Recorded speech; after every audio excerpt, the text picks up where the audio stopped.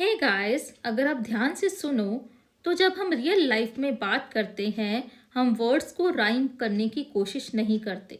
हम बस नेचुरली बोलते जाते हैं। फिर भी हमारी बात स्मूथ, क्लियर और मीनिंगफुल लगती है। पोइट्री में भी जब इसी नेचुरल स्पीच के फ्लो को रूल्स के साथ यूज़ किया जाता है विदाउट एनी राइम, लेकिन प्रॉपर रिदम के साथ, तो उस पोइटिक फॉर्म को कहते हैं blank verse. And yes, I am Gitanjali and I welcome you all to my channel that is English Connection with Geet. और आज हम यहाँ पर ब्लैंक वर्ड्स के कॉन्सेप्ट को सिंपल लैंग्वेज, क्लियर एग्जाम्पल्स और एग्जाम ओरिएंटेड अप्रोच के साथ समझेंगे। And you will also get easy notes and MCQs on this channel. So let's start.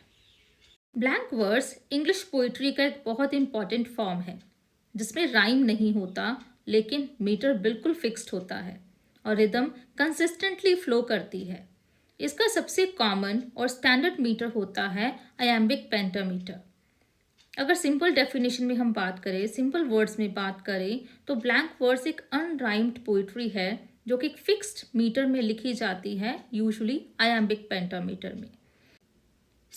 Rhyme नहीं होती, लेकिन रिदम डिसिप्लिन्ड होता है। अब थोड़ा मीटर को क्लियरली समझते हैं। आयाम क्या होता है? आयाम एक फुट होता है जिसमें पहले अनस्ट्रेस्ड सिलेबल होते हैं और फिर स्ट्रेस्ड सिलेबल्स। साउंड पैटर्न जैसे ड, डम। एग्जाम्पल वर्ड्स देखें तो टुडे, बिकॉज, अलोन। अब पेंटामीटर क्या है?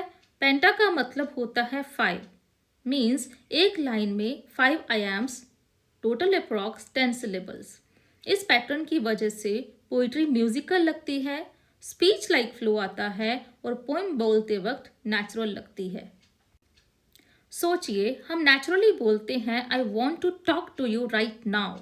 इस लाइन में राइम नहीं है, लेकिन रिदम और स्ट्रेस नेचुरल है। जब पोइट्स इसी नेचुरल स्पीच रिदम को डिसिप्लिन के साथ पोइट्री में यूज करते हैं तो वही होता है ब्लैंक वर्स। इसीलिए ब्लैंक वर्स आर्टिफिशियल नहीं लगता और रीडर और ऑडियंस को कनेक्ट करता है। स्टेज परफॉर्मेंस के लिए यह परफेक्ट होता है। ब्लैंक वर्ड्स को पहचानने के लिए कुछ की फीचर्स होते हैं, लाइक लाइंस अनराइम्ड होती हैं, रिदम रेगुलर और कंट्रोल्ड होता है, मोस्टली आयम्बिक पेंटामीटर फॉलो होता है, लैंग्वेज स्पीच लाइक होती है, टोन सीरियस, नॉवेल और फ्लेक्सिबल होता है।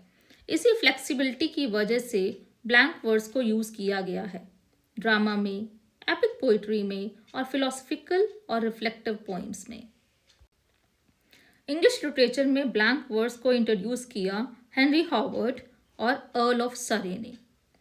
उन्होंने वर्जिल की एनीड को 16th सेंचुरी में इंग्लिश में ट्रांसलेट किया।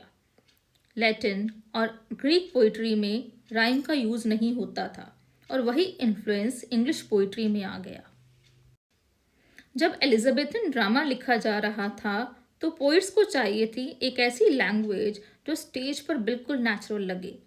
ब्लैंक वर्ड्स यही काम आया, क्योंकि डायलॉग्स आर्टिफिशियल नहीं लगते, इमोशंस इजीली एक्सप्रेस होते हैं, लॉन्ग स्पीचेस और सॉलिलॉक्विज स्मूथ फ्लो में चलती हैं। मेन ड्रामेटिस्ट क्रिस्टोफर मार्लो, जिन्होंने ब्लैंक वर्ड्स को पार दी, विलियम शेक्सपियर, जिन्होंने इसे परफेक्शन तक पहुंचाया, बेन जॉनसन। शेक्सपियर के प्लेस जैसे Hamlet, Macbeth, King Lear blank words के बेस्ट एग्जाम्पल्स हैं।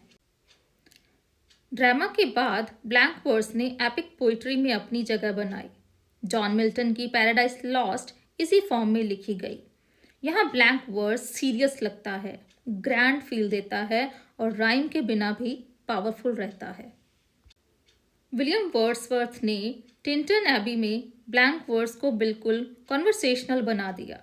बाकी पोइट्स जैसे कॉलरिज ने इसका ड्रामेटिक यूज़ किया, टेनिसन ने इसे म्यूजिकल फ्लो दिया और रॉबर्ट ब्राउनिंग ने ड्रामेटिक मोनोलॉग्स का यूज़ किया। यहाँ स्टूडेंट्स अक्सर कंफ्यूज हो जाते हैं, blank words versus free words.